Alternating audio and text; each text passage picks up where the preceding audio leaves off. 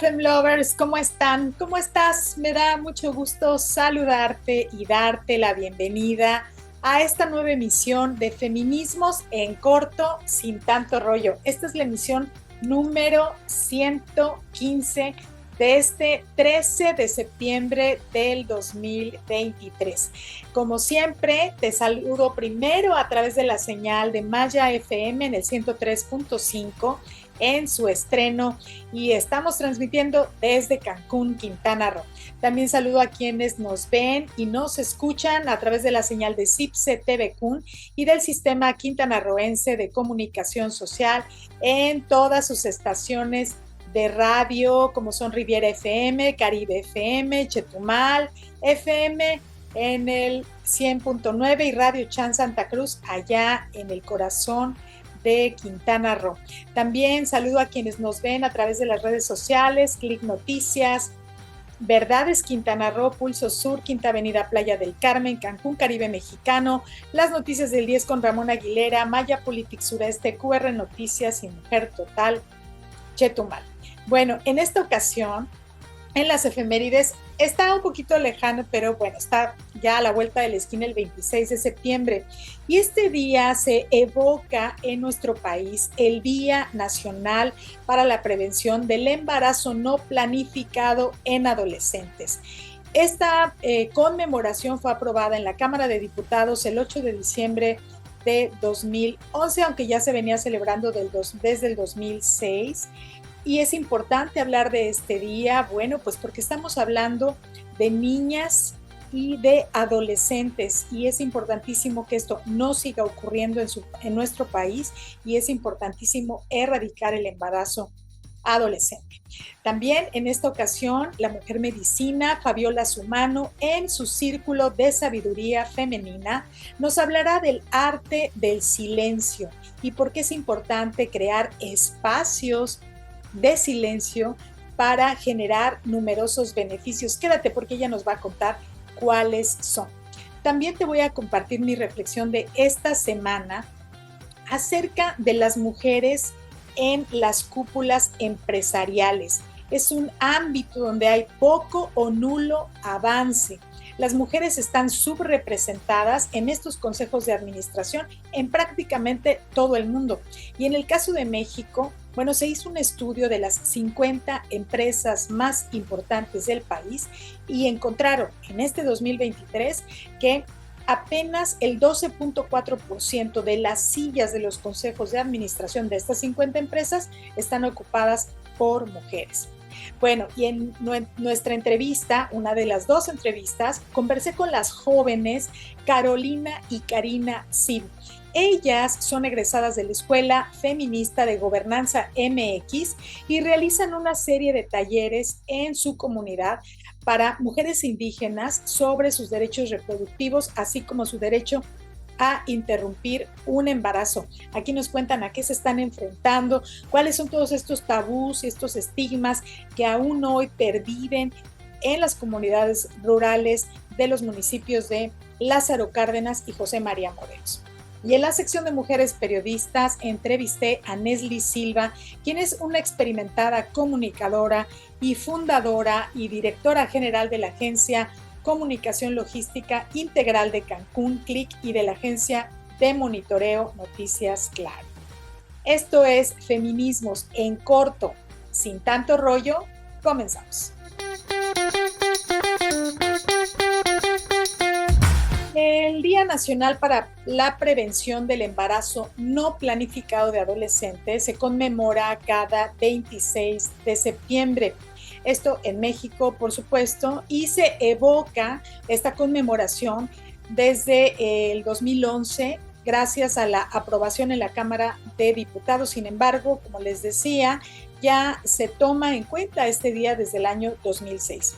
Este día tiene como propósito sensibilizar a la población en general respecto al impacto del embarazo adolescente que trunca y afecta proyectos de vida, amplía las brechas sociales y de género y tiene importantísimas repercusiones en la salud y el desarrollo psicosocial. Además, frena la incursión de las niñas y las jóvenes en la educación y tiene efectos negativos sociales, así como económicos. En México, a través de la Estrategia Nacional para la Prevención del Embarazo en Adolescentes, se realizan diversas acciones interinstitucionales e intersectoriales para el 2030 reducir a la mitad la tasa específica de fecundidad en adolescentes de 15 a 19 años y erradicar el embarazo en niñas menores de 15 años. Una terrible situación porque ya vimos que tiene consecuencias nefastas que hay que erradicar. Vamos ahora te invito a seguir reflexionando acerca de la violencia económica y la importancia de irla identificando. Vamos a ver esta cápsula y al regresar, Fabiola Sumano nos va a compartir en su círculo de sabiduría femenina los efectos positivos de guardar silencio y de tener espacios de silencio, de crear estos espacios de silencio que pueden ser muy beneficiosos para nuestra vida.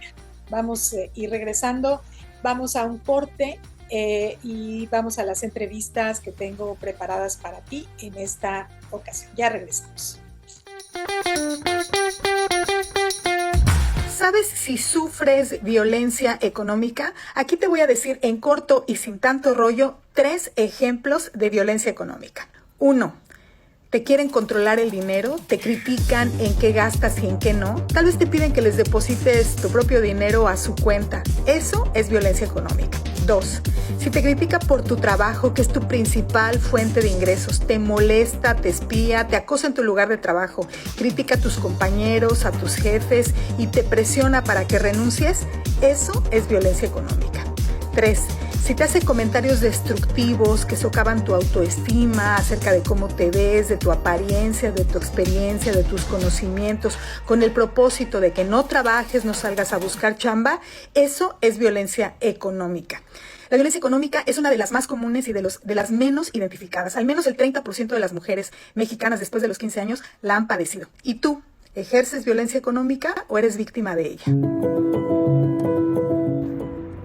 Hola, soy Fabiola Sumano. Yo les voy a hablar aquí en Feminismos en corto y sin tanto rollo del arte del silencio. El silencio es un arte.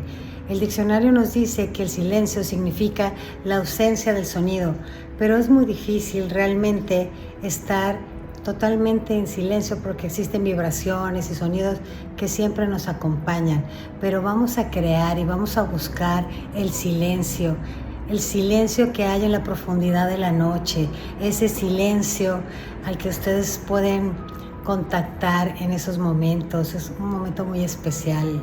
Y también crear nuestros espacios de silencio, porque cuando tú permaneces en silencio, tu mente descansa, pero también tu cuerpo y también tu espíritu. Entras en un estado de tranquilidad y de paz, y eso trae muchos beneficios.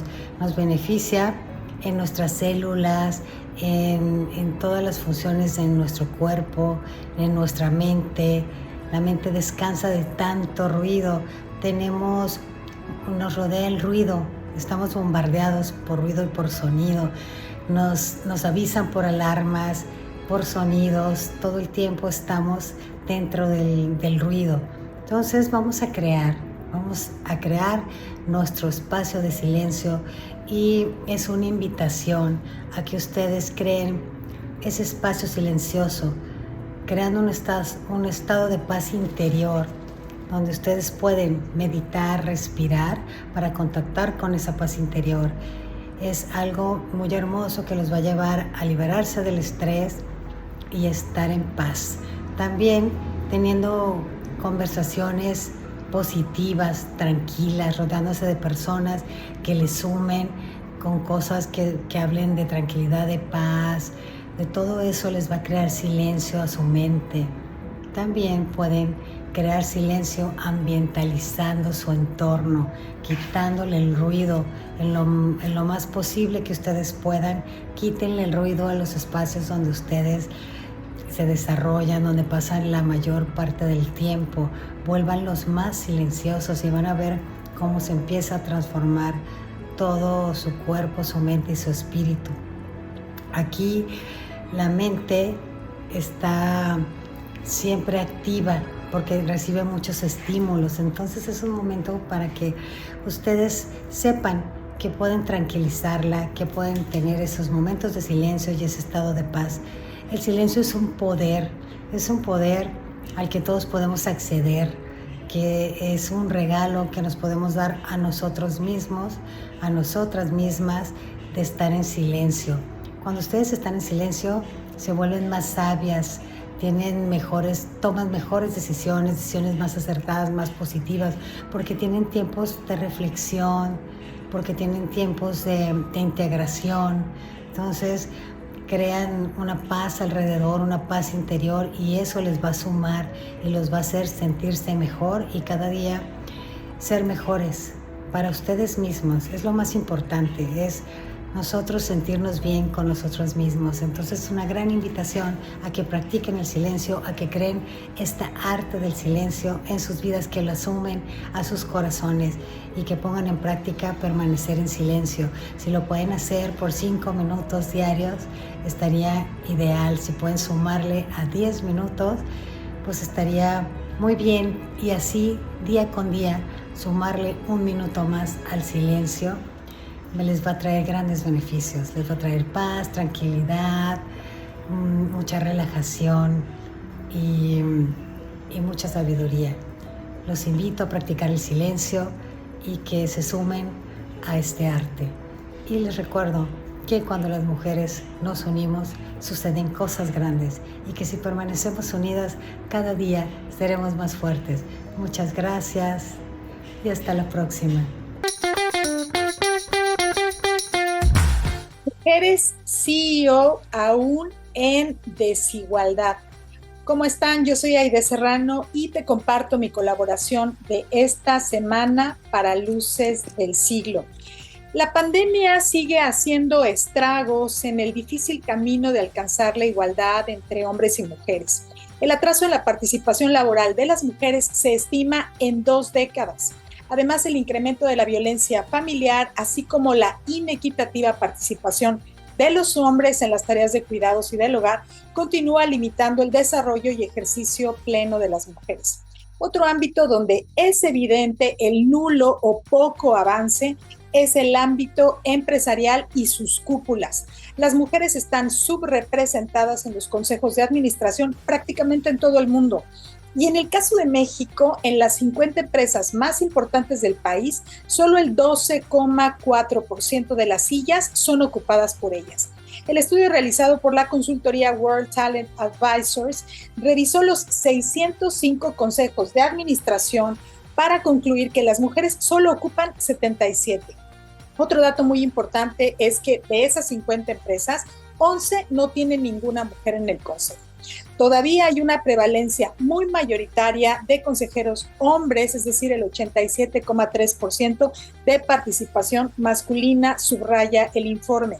Esta consultora experta en talento ejecutivo también reveló que este 2023 las mujeres están subrepresentadas en el sector hotelero.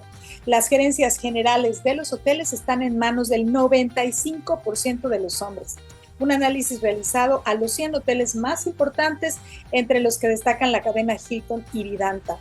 Y según un estudio del Instituto Mexicano para la Competitividad, el INCO, nada más que del 2021, señala que las mujeres trabajadoras representan el 35% del total de los empleados en las empresas que cotizan en la bolsa, pero solo el 1% dirige una empresa.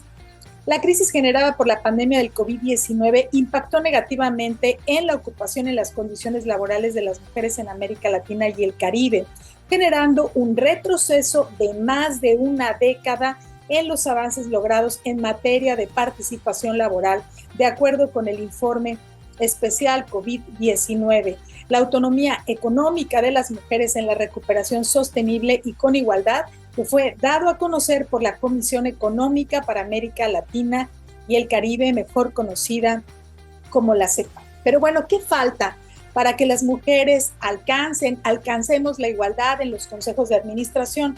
Bueno, pues por supuesto incorporar la perspectiva de género a las empresas, que las políticas públicas de cuidados sean una realidad para descargar a las mujeres de las mismas, que los hombres se responsabilicen de la parte que les toca en la crianza y cuidado de sus hijas e hijos, así como de las mascotas, de las personas adultas mayores, de los enfermos y de la familia toda. Y también que los hombres asuman su responsabilidad en las tareas del hogar. Bueno, son solo algunas tareas pendientes. ¿Cuáles agregarías tú? Muchas gracias y hasta la próxima.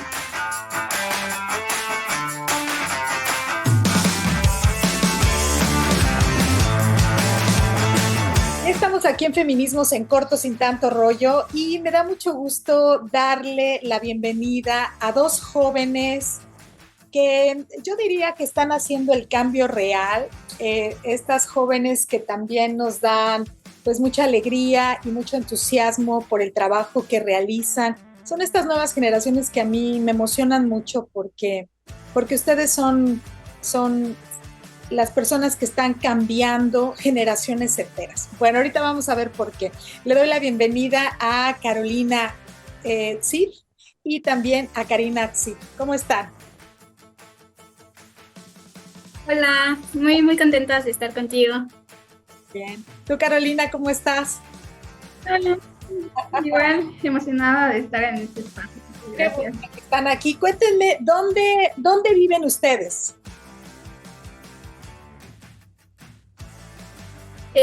Bueno, nosotras dos somos hermanas. Nosotras somos originarias de... Sí. A ver, Carolina, ¿dónde viven ustedes?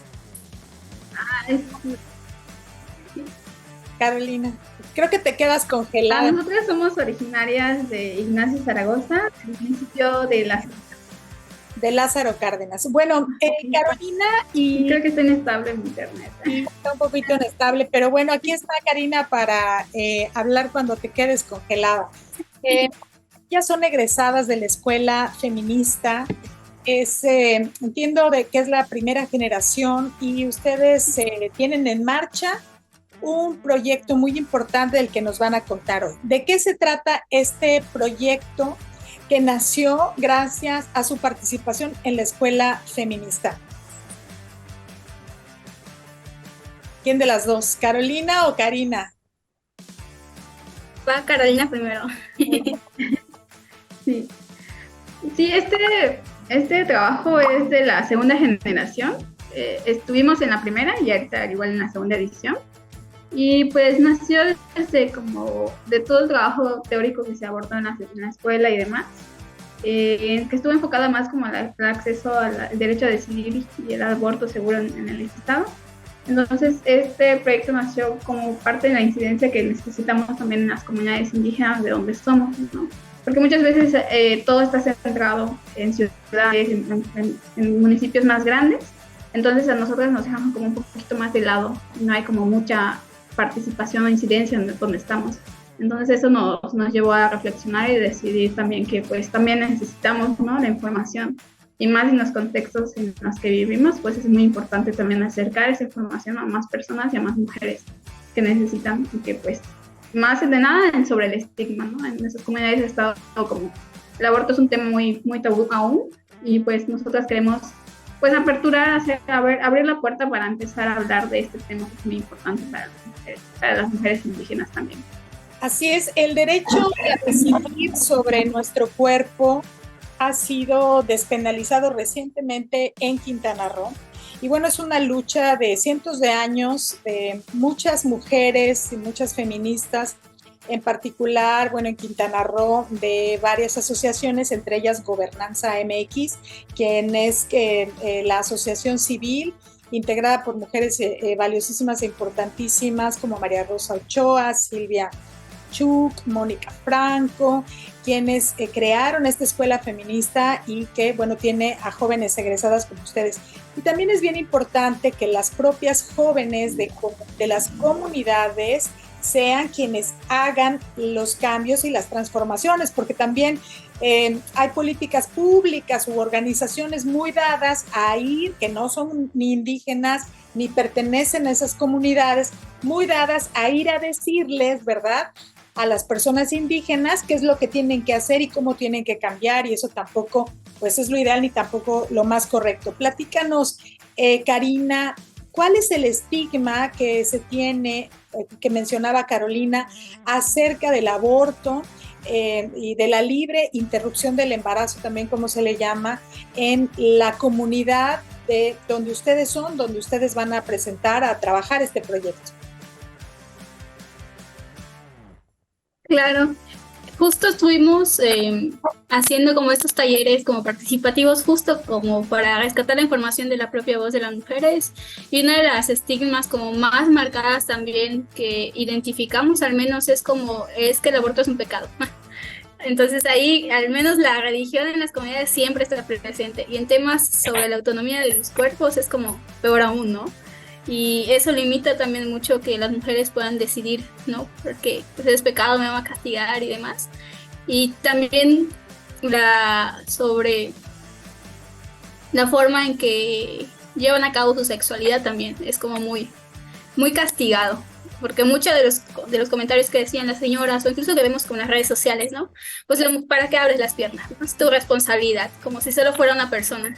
Entonces nos topamos con todavía estos comentarios en las comunidades, son como los que están más presentes, y que sí va a requerir un esfuerzo muy grande, como empezar a decir, no es esta la narrativa que necesitamos, ¿no? Pero sí son como los que hemos visto como los más fuertes.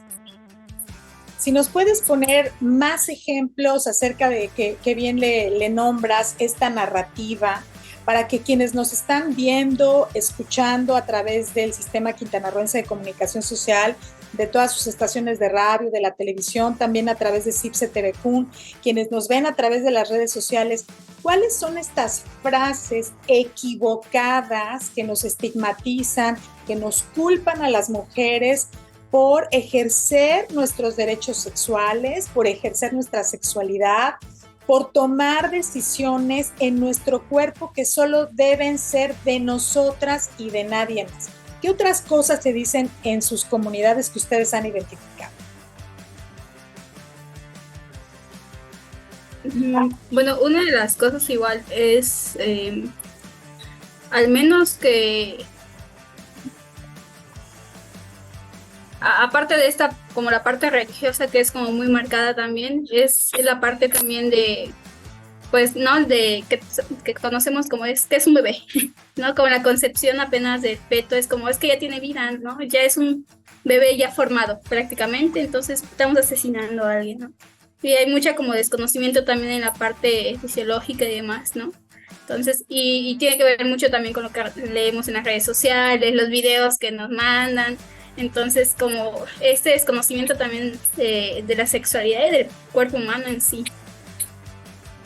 Sí, es muy importante que ustedes lo mencionen así, porque toda esta ignorancia, desconocimiento, pero también es el resultado de la propaganda de grupos anti, sí. ¿no?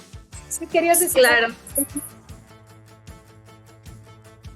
Sí, justo en los talleres exploratorios que realizamos dos versiones, una aquí en el municipio, en Lázaro Cárdenas, en el José María Morelos. Pero lo que me llamó la atención justo cuando estábamos como difundiendo el cartel, era como taller de justicia reproductiva. Un comentario que me hicieron era como, entonces es que no necesitas a los hombres para reproducirte entonces, o cómo me. Era justo como ese señalamiento de que cuando nosotros empezamos a hablar justo de esos temas, es como que, ¿por qué estás hablando de eso, no? Es muy curioso la forma también en cómo. Sí, se está cortando un poquito. Si pudieras apoyarnos, Karina, en complementar la idea de Carolina, ¿qué otros resistencias han identificado en estos talleres que ya están dando? Para quienes no saben, Quintana Roo no solamente es Cancún, la Riviera Maya y Tulum y Chetumal también, sino tiene una parte rural, municipios que colindan con otros estados, con Yucatán fundamentalmente, estos municipios de Lázaro Cárdenas y José María Morelos, que están integrados en una parte muy importante por una población maya hablante, también por una población indígena. Entonces, bueno, pues tiene sus características particulares. ¿Y qué otras resistencias han encontrado en estos talleres que ustedes están impartiendo. Y bueno, igual una de las ideas como que más presentes que ubicamos en los talleres es que la concepción que tienen de las mujeres que abortan es que son porque tienen mucha libertad o son muy libertinas, algo así nos dijeron. Entonces, con esta parte siempre ligada a la sexualidad, ¿no? Son solo porque quieren lo hacen, ¿no? Y nos deja de trasfondo todas las necesidades que tienen. Y luego igual una señora comentaba, ¿no? Es que las que hacen eso es que son débiles, ¿sí? O luego también la parte del estigma de si lo haces te vas a arrepentir, ¿no? Porque qué tal si no tienes hijos después, ¿no? Como este rol también de maternidades forzadas que luego a las mujeres nos imponen, y sobre todo más en las comunidades, ¿no? Porque tu rol único que tienes es de ser mamá, ¿no? De ser cuidadora. Y si estás interrumpiendo con eso, entonces hay igual un shock ahí de ¿qué está pasando? Entonces mucho como esta parte también de, sobre todo, al menos desde que lo ubicamos nosotras, es como estos roles que debemos seguir, sobre todo las mujeres en comunidades que todavía no tenemos que romper los roles, ¿no? Sí, qué importante que señales esta parte de las maternidades forzadas, porque todavía, no solamente en comunidades rurales, sino también en comunidades urbanas, pervive este mandato de género de que las mujeres, para poder sostener una relación heterosexual con un hombre, conservar al hombre, le tienes que dar hijos.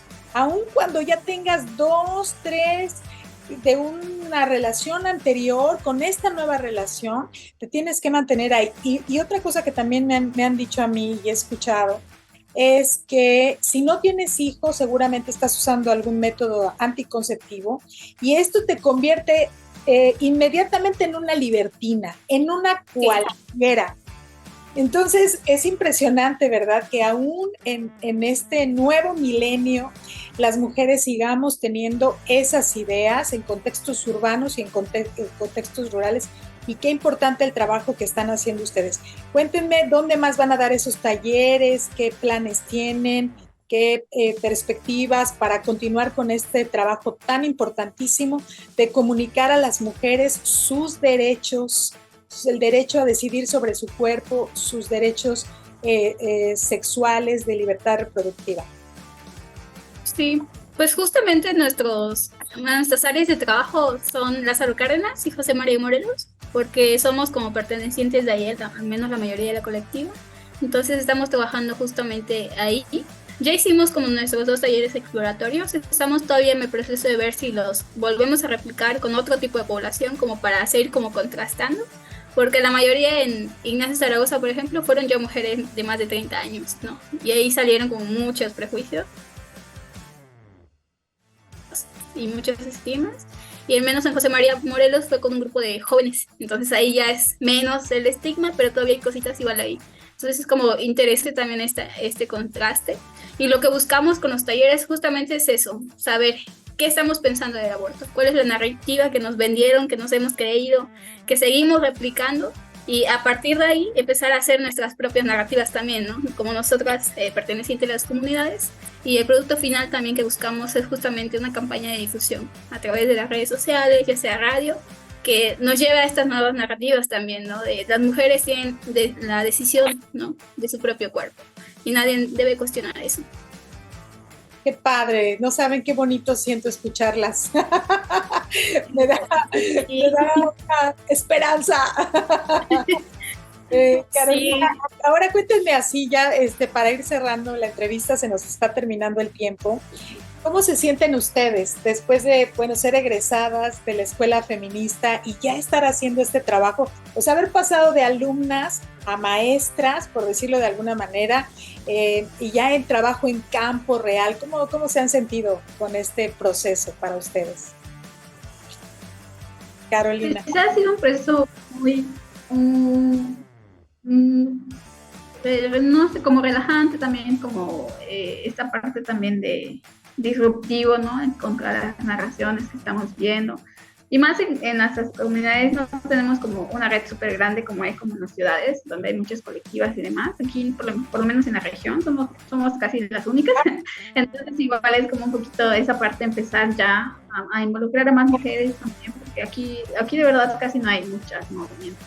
Entonces es uno también de nuestros objetivos, visibilizar esta parte y también sumar a más mujeres jóvenes, adultas que quieran y tengan esta visión también de pues visibilizar los derechos y ser conscientes que somos sujetas de derecho también y como mujeres indígenas aún más, ¿no? Entonces estamos como en esa parte. Y pues estamos emocionadas, esperemos que la campaña que vamos a desarrollar pues sea muy fructífera y eficiente y buena para lo que queremos hacer. Seguro así va a ser. Karina.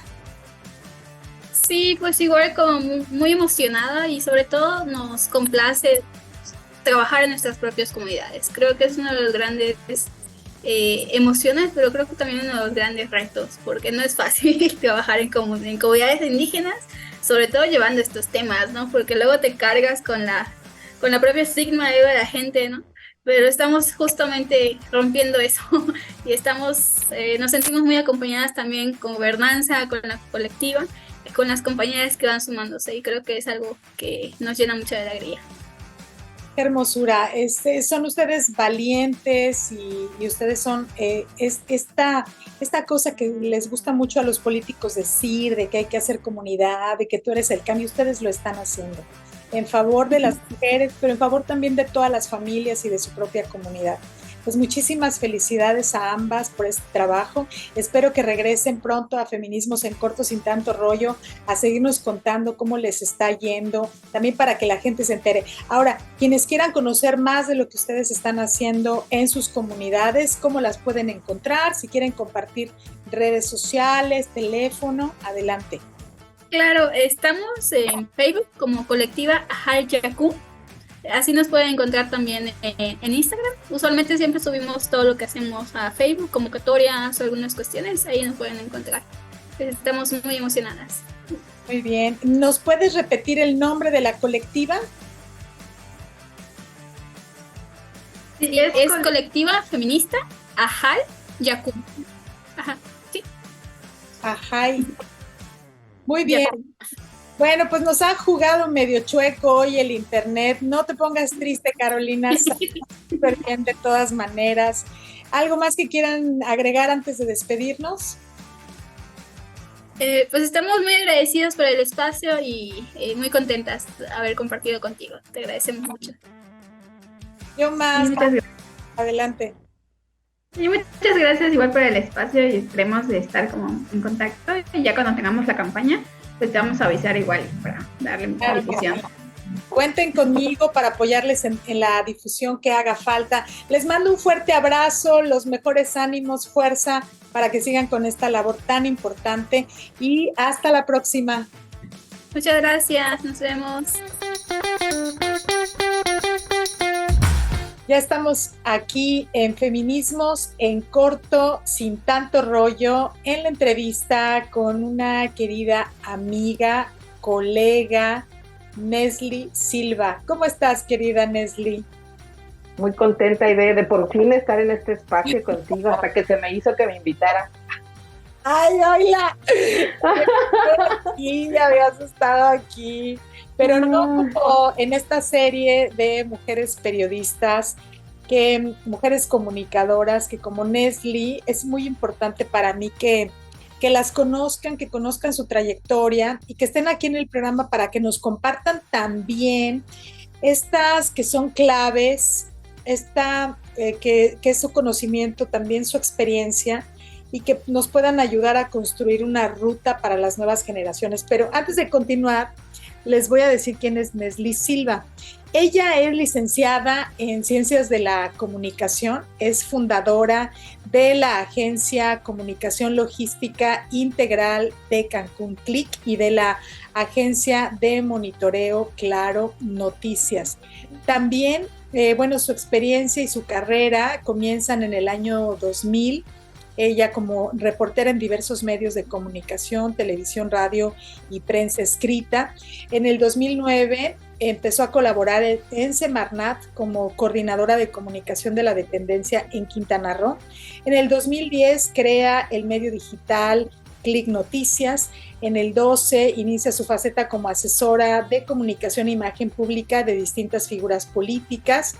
entre ellos presidentes y presidentas municipales, diputados, senadores.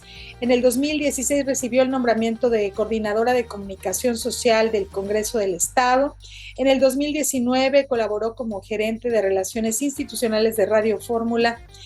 Funge como asesora del presidente, de la presidenta municipal Mara Lezama también en el 2020, y del 2011 a la fecha ha sido asesora en el manejo de comunicación de imagen pública en campañas políticas municipales, estatales y federales.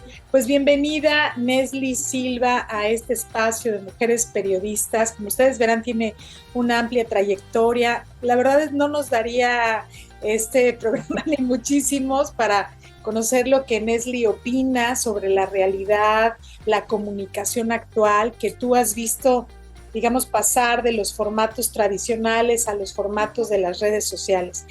Y yo quiero que nos digas, para abrir boca, ¿qué opinas de la inteligencia artificial, como ya la tenemos a la mano, en el uso de la comunicación, el periodismo? ¿Cómo estás viendo tú estas nuevas herramientas, no solamente una, porque ya hay muchas plataformas, en el uso del periodismo y de la comunicación en general?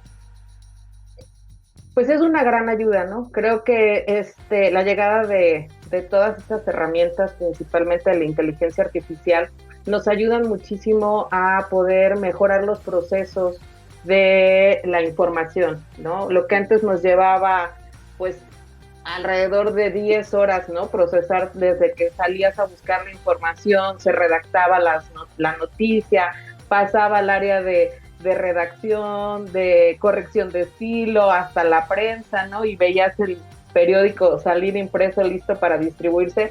Hoy esos procesos se han disminuido a minutos, o sea, a minutos, ¿no? Muchas veces estamos en el lugar de los hechos y en ese mismo momento ya estábamos redactando y subiendo la información al momento. La llegada de los medios digitales, o más bien la transformación de los medios tradicionales a los medios digitales, ha sido muy dinámica, pero sobre todo muy rápida. Yo creo que en los últimos 10 años hemos visto un súper incremento de incluso de los propios medios. Yo recuerdo en el 2009, 2010, que con unos compañeros periodistas, yo ya tenía la agencia de monitoreo y habíamos empezado a hacer monitoreo de medios, empezamos en el 2005. Siempre mi anhelo fue tener la agencia de noticias, pero bueno, claro, eso costaba muchísimo dinero, ¿no? Era muy caro en ese entonces poder tener una agencia de noticias, y mucha infraestructura se necesitaba. Entonces, bueno, estuvimos ahí pues especializándonos en el área de monitoreo, y cuando hubo la oportunidad en el 2009, con unos amigos, Bogar Gómez, que fue el primero que me empezó a insistir, ándale, jefa, mira, hagamos una radio por internet. Y yo, ¿una radio por internet? O sea, ¿cómo? ¿No? Creo que fuimos la segunda radio por internet en Quintana Roo.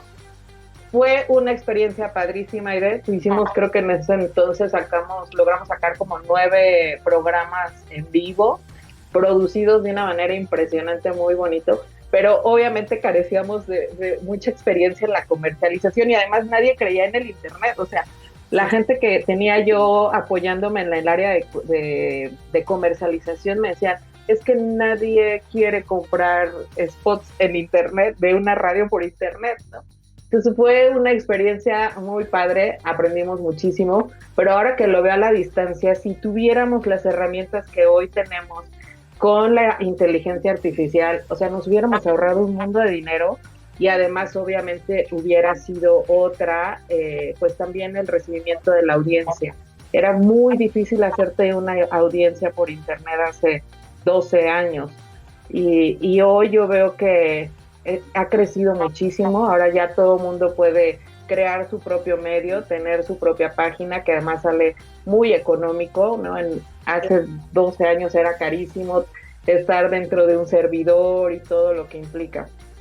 Entonces yo creo que las nuevas generaciones, si bien tienen estas herramientas, el reto que tienen es no confiarse de más, claro. Y también aprender a hacer las cosas, digamos, a la antigüita, ¿no? Sí. Aprender la base para que ahora con estas herramientas que existen, pues puedan dar obviamente una calidad mejor en cuanto a contenidos, pero que esos contenidos tengan fondo, porque también vemos muchos contenidos muy padres, muy creativos hoy en TikTok y en muchas otras redes, pero sin la profundidad que requiere tener estas piezas, sobre todo cuando estamos hablando de periodismo.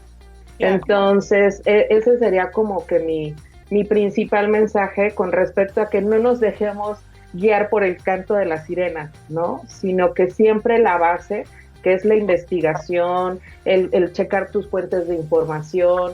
Hay ahorita una tendencia a hacer las notas ya con ChatGPT y muchas veces ni siquiera se toman el tiempo de poder corroborar los datos, ¿no? Te avientan una nota, el ChatGPT perfectamente bien redactada, pero cuando la lees, los datos no son los reales.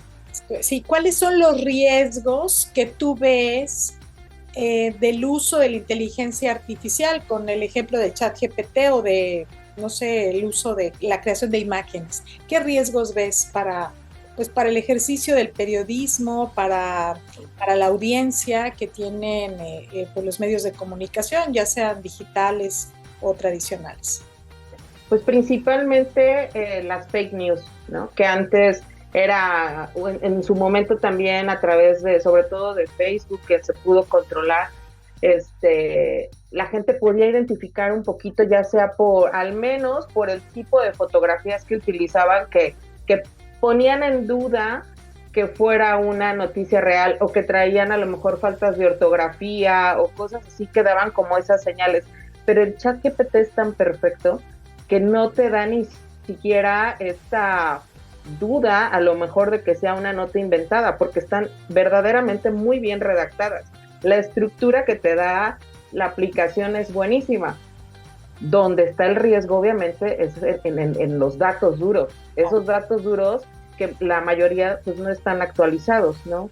Y eso yo creo que el mayor riesgo que hoy corremos la gente que leemos noticias en internet, pues es dejarnos guiar justamente por esos datos que no son realmente pues sacados de una fuente real, sino que están creados por una inteligencia artificial que no está actualizada.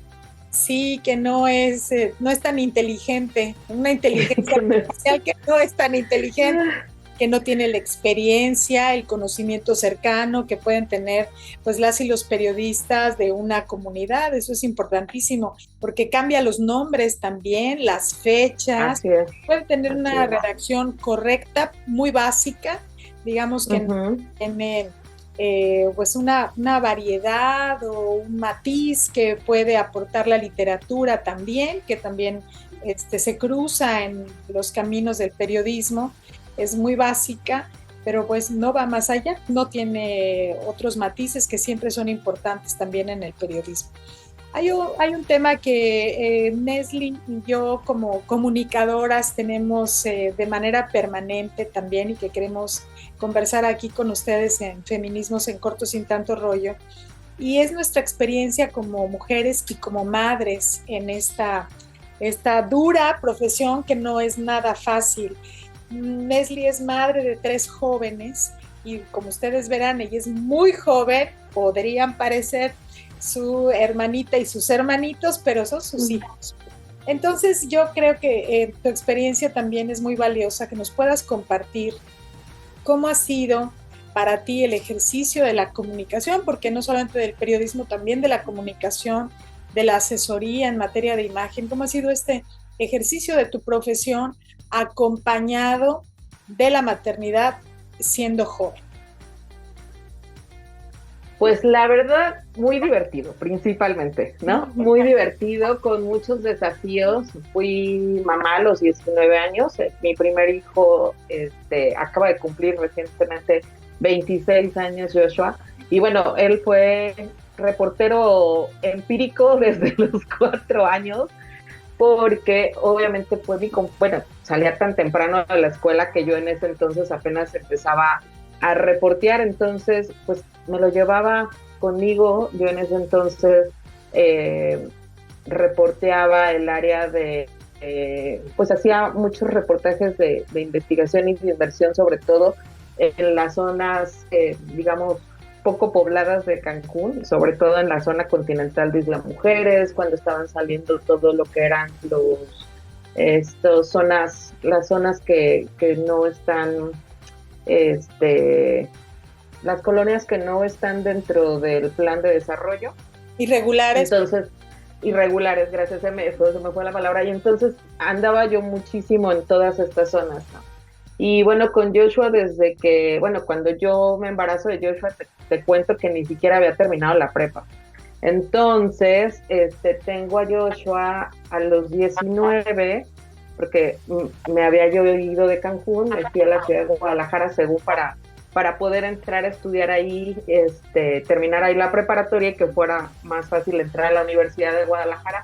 Pero bueno, pues ya los planes cambiaron y tengo a Joshua a los 19, me dedico a ser mamá de Joshua 2 años y a los 20 o 21 regresé a estudiar la prepa de cero, porque a mí me faltaba creo que un semestre para terminar y bueno, por el cambio de ciudad y de sistema me dijeron, no, ¿quieres regresar? Vas a estudiar otra vez desde cero. Y bueno, con Joshua de un año y medio creo que tenía, regresé a estudiar la preparatoria, terminó la preparatoria con la carrera técnica en Ciencias de la Comunicación y es ahí donde me involucro en este ambiente de la comunicación y demás. Y empiezo a trabajar ya con la carrera técnica, empiezo a trabajar en Canal 10 de reportera, me hicieron un casting y empecé a trabajar en el 2000 justamente de reportera.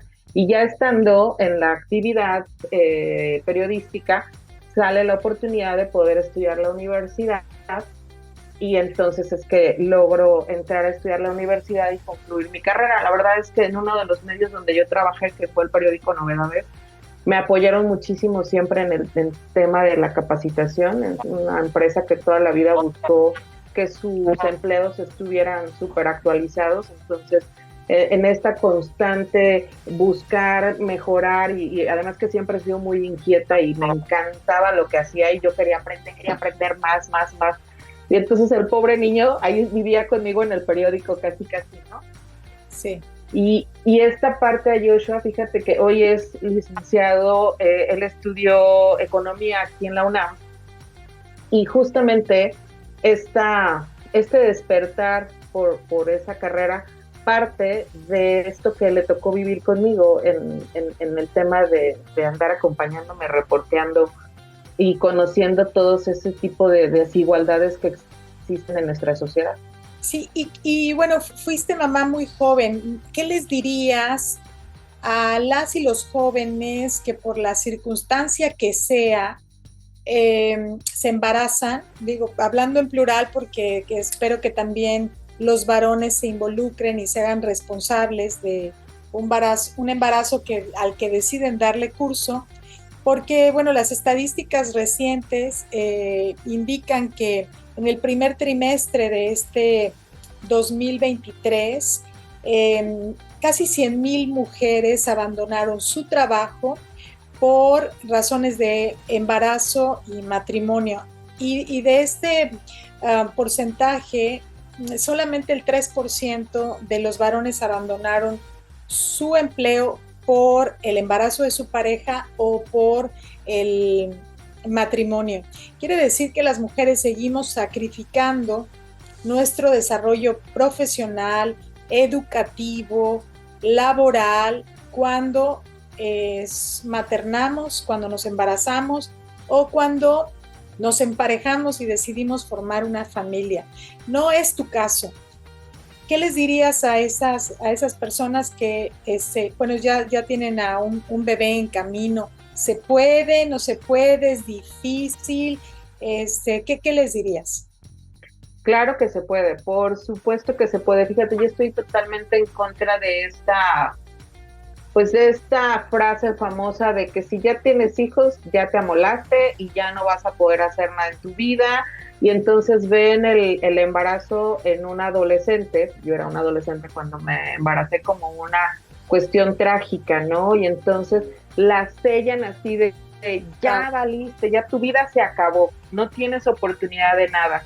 En mi caso, pues la verdad es que mi mamá toda la vida me apoyó muchísimo, y ella fue la que siempre estuvo insistiendo en retoma los estudios y termina y esto y aquello. Y bueno, yo tuve la fortuna de tener una mamá que me apoyara muchísimo en ese sentido, y de una gran amiga que me ayudaba a cuidar a mi hijo cuando yo tenía que ir a clases, Adriana Marín, que ahí estuvo siempre apoyándome, cuidando a Joshua en las tardes que yo me iba a la escuela, y a crear esta red de apoyo. Pero la primera fue creerme yo misma que el hecho de ser mamá no me impedía poder continuar con mis estudios y tener una profesión.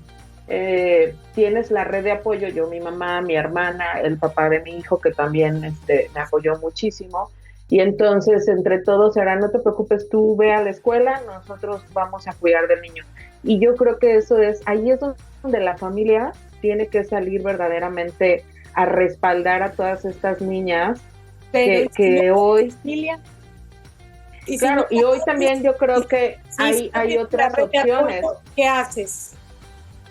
Sin la red de apoyo, pues claro, todo se dificulta, ¿no? Pero tampoco es imposible. O sea, hoy existen ya otro tipo de apoyos, como algunas estancias infantiles, muchas del propio gobierno, en donde no se requiere de un pago extraordinario como para poderlo hacer. Yo creo que lo primero es cambiar el chip de acá, o sea, quitarnos el ya soy mamá o ya estoy embarazada y ya valí, ya no tengo nada que hacer en mi vida más que cuidar hijos y quedarme en mi casa a limpiar, ¿no? Quien lo hace por decisión, yo lo respeto muchísimo. En mi caso yo lo intenté, te prometo que lo intenté, porque por parte del papá, o sea, de mi ex esposo, marido en ese entonces, traían esta cultura de el hombre proveedor y la mujer tiene que cuidar a los hijos.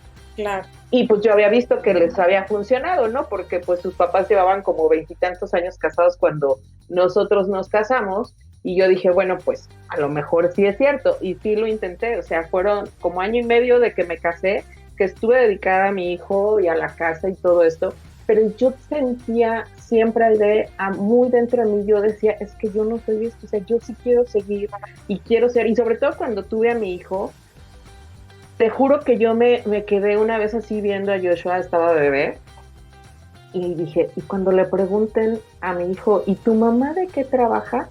Y va a decir, mi mamá es ama de casa. Y yo dije, no, yo no quiero eso, ¿no? O sea, porque yo siempre lo tuve aquí, además de que, bueno, yo vengo de una familia en donde mi mamá y mi abuela siempre trabajaron, entonces como que de repente me chocaba en mi cabeza todas estas ideas. Y finalmente dije, no, o sea, yo amo a mi hijo, y dejarlo un ratito no me va a hacer una mala mamá, porque me estoy regalando también a mi crecimiento, me estoy regalando a mi preparación, que al final de cuentas me va a dar herramientas para poderle dar también una mejor vida, ¿no? Claro, que dices es importantísimo, como quitarnos estas, que han sido mandatos de género que nos han asignado a las mujeres, que nuestra única función es maternar, es procrear y dedicarnos al cuidado de las personas, de la familia y a las tareas del hogar, cuando las mujeres estamos destinadas también a mucho más. Es decir, que si elegimos desde esta conciencia de dedicarnos al hogar y a los cuidados, bueno, yo digo que con mucha atención, porque si no tienes remuneración, entonces pasan los años y te encuentras en una situación económica complicada. Entonces vas a elegir no tener ingresos y ser dependiente económica, literal, con los riesgos que eso lleva. Entonces, pero podemos hacer mucho más y dar mucho más. Se nos está terminando el tiempo, querida Nesli, en esta conversación que se estaba poniendo apenas buena, pero tendremos que hacer una segunda parte. Creo que nos has dado algunas claves que me parecen muy importantes para las mujeres que te estén viendo, de que está bien ese camino, pero no es el único, y que la maternidad no es un impedimento para continuar con nuestro desarrollo profesional, personal, y cumplir los sueños que tengamos, los que sean. Seguramente hay muchos. Exacto. Y están allí. ¿Algo más que quieras decir antes de despedirnos? pues agradecerte a ti, decirle a todas las chicas que hoy están embarazadas o que están teniendo un bebé o que acaban de tener un bebé, que hoy tienen más motivos para poder esforzarse, para seguir sus sueños, para realizar y cumplir todas sus metas. Yo creo que la maternidad debe ser un aliciente y no un obstáculo para realizarte como persona, como profesionista, como ser humano. Sin duda mis hijos a mí me han convertido en un mejor ser humano de lo que yo era. Y pues agradecida contigo y ojalá que a la gente le llegue este mensaje y que pues a quien le llegue y me escuche que diga que sí se puede, que claro que ser mamá a los 18, a los 19, a los 20 no te puede impedir realizar y cumplir tus sueños. Muy bien. Muchas gracias, querida Nesli Silva, por haber estado aquí en Feminismos en Corto, sin tanto rollo. Haremos una segunda parte porque hay mucho que platicar. Muchas gracias. Muchas gracias. ¿Tus redes sociales? Pues Click Noticias, no, mis redes sociales personales casi no las manejo personalmente, pero el de la página con mucho gusto. La página es www.clicknoticias. Manejamos información diaria y están en todas las redes sociales. Gracias por el espacio, Aide. Gracias, hasta la próxima. Llegamos al final de este programa de Feminismos en Corto, sin tanto rollo, y le doy las gracias a todas las personas que han colaborado para hacerlo posible.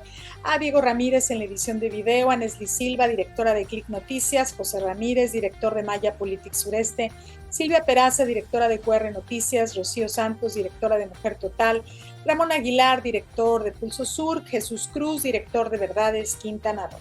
A Erika Fernández, directora general de Grupo Origen, a Jorge Sacramento, gerente general de CIPSE TVCom, a Alma García, directora general del Sistema Quintanarroense de Comunicación Social. Idea original, dirección y producción, tu servidora Aide Serrano. Y recuerda, el feminismo no mata a nadie, en cambio el machismo mata al menos a 10 mujeres todos los días tan solo en México. Muchas gracias y hasta la próxima.